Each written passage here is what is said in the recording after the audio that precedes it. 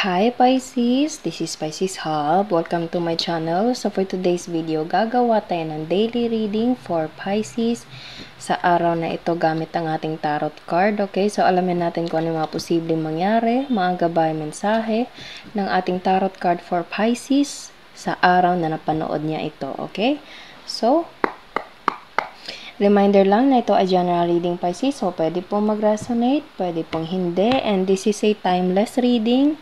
So kahit anong araw, buwan, taon mo to napanood, saglit lang po. Basta magtugma sa'yo, take mo lang, okay?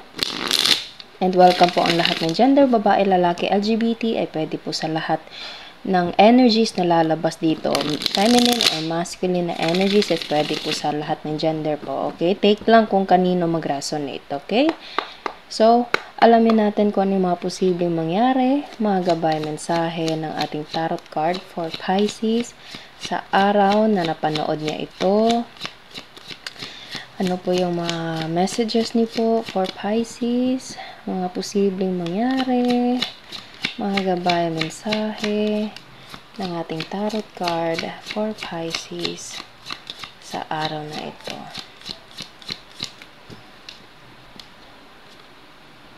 Message nyo po, mga posibleng mangyari for Pisces, mga gabay mensahe. There's a 6 of Cups. Pwedeng you're dealing with someone. Etong 6 of Cups kasi is someone from the past, okay? It's either kakilala mo to, like childhood friend, pwedeng ex, okay? Or kung hindi naman, yung parang yung parang meron kang connection from your past Pisces, pwedeng kakilala mo to and pwedeng magkikita kayo, okay? Basta merong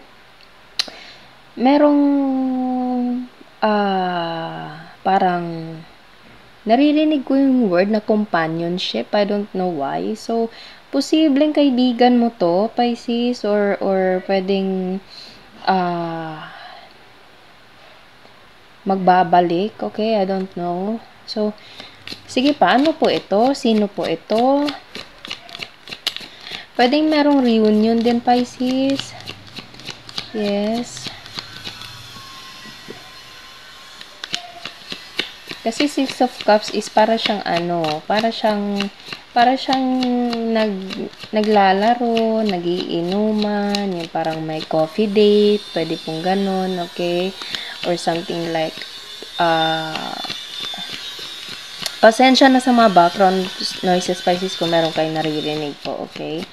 So, there's a past person na magchat-chat, makikipag-meet up. Okay, merong nag-flip pero lumanon siya, so wag natin kunin. Okay, so ano po ito?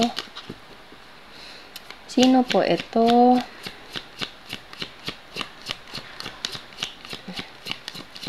Saan sila, ano po tong si 6 of Cups po? Ano pa po yung mga posibleng mangyari? Mga gabay mensahe nyo po para kay Pisces. Page of Pentacles, pwedeng ito ay merong something like pwedeng ito ay someone na childhood friend mo, Pisces. Okay? Or pwedeng kakilala, pwedeng classmate mo to. There's a reunion. There's something na parang yun nga, parang gathering, reunion, and there's a Page of Cups. Page of Cups is someone na young energy. So, yes, pwedeng ito ay someone na nakilala mo nung kabataan mo pa. Pwede pong ganun, Pisces. Okay? So, kasi page is a young energy, Pisces. And 6 of Cups is a person from the past. Okay? So, konektado silang dalawa po. Okay? So, pwedeng meron kayong pag-uusap, meeting, coffee date, pwede pong ganun, reunion, pagkikita-kita. Okay? So, ano pa? Pwedeng classmate mo to dati, Pisces, kasi para siyang nasa library, and then meron tayo ditong 6 of Cups. Pwedeng mahilig kayong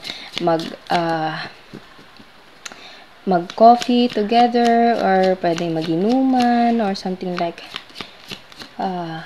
yes, ayan o. Pwedeng there's a reunion, Pisces. There's someone na pwedeng magkikita kayo. Pwedeng meron kayong pag-uusap na, kumbaga parang mag-reunion, magkita kayo sa specific na lugar. Pwedeng ito ay coffee shop.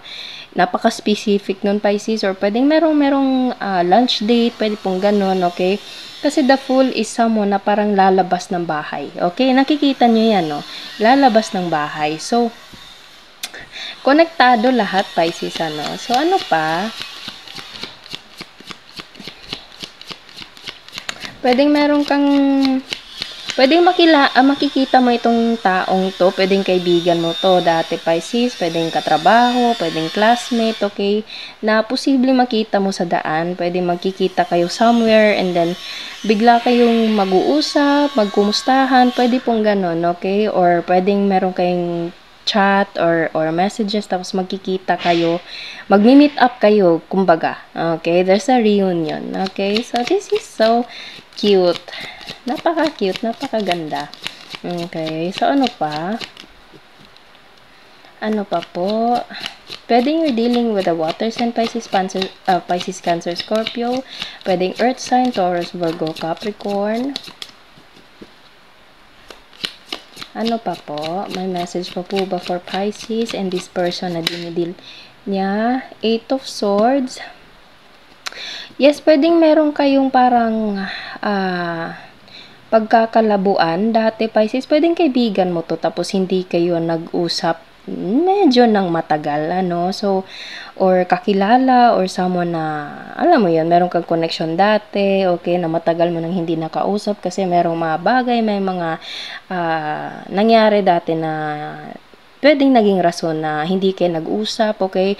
Pwede ding, alam mo yan, pwedeng meron siyang sarili niya, of course, okay? Meron siyang sarili niyang buhay, may mga ginagawa siya, tapos ikaw meron din. So, posibleng merong parang iba't ibang landas niyong dalawa, Pisces, ano? So, posible din na ganun yung nangyari. Kaya ngayon, parang okay siya doon, okay ka dito, tapos magkikita kayo, magmi-meet up kayo, magkukumustahan kayo, dinner date kayo, coffee date, okay, kumustahan, parang ganito, ganyan. Kumbaga, magmi-meet up kayo ng taong to, Pisces, okay, and ma-enjoy nyo itong dalawa with this 6 of Cups right here, okay, so,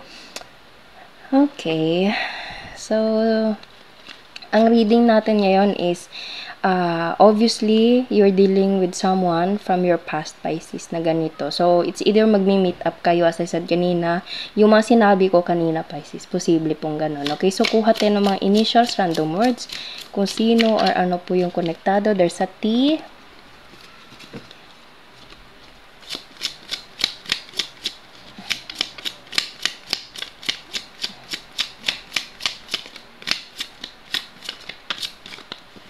Pwedeng initial mo to, Pisces, or initials niya. Okay, so merong nag-flip pero hindi agad lumabas. So, ano pa? Mga random words po na konektado for Pisces and someone na dinidil niya. Mga initials.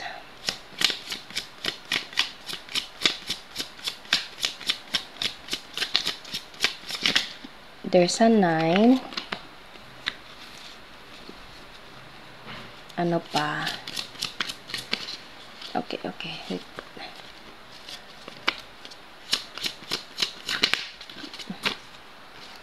J.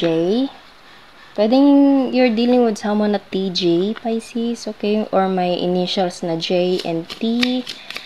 Tapos there's a 9.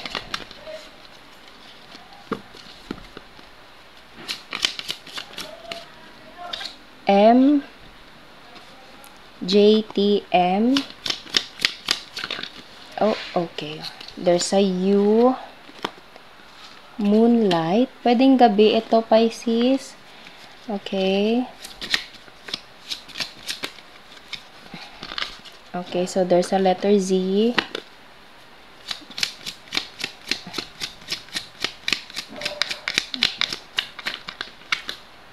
Dimple. And hair. Okay, so meron tayo ditong initials na J, Z, T, M, and U, and then meron tayo ditong dimple, moonlight, hair, and then there's a number 9. Okay? So, yun po ang ating reading for Pisces sa araw nito. Naway nagustuhan niyo po. Huwag niyo po sanang kalimutan na mag-like at mag-subscribe po sa ating channel. And click the bell button para ma-notify po kayo sa next videos na i-upload natin. Okay? So, thank you Pisces and God bless!